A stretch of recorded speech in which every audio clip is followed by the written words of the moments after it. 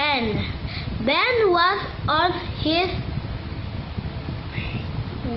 way to school. On the way, he found a 5-peso bill. He went to his teacher's room. Good morning, Mrs. Reyes, said Ben. I found this on the street. We give the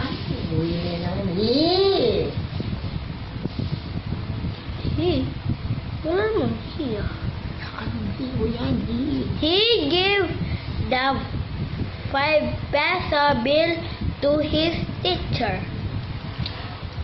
Question number 1. Where was Ben going? A. To the school. B. To the to church. C. To the market. Answer. 2. 5. A. To the school. Wala na yung mandayan, eh. Sa school yan. What? Number 2. What did he Find. A. Give 5 centavo piece. 5 centavos piece. B. A 5-peso bill. C. A 10 centavo. Centavos. Yung centavo. Centavos Bill. bill.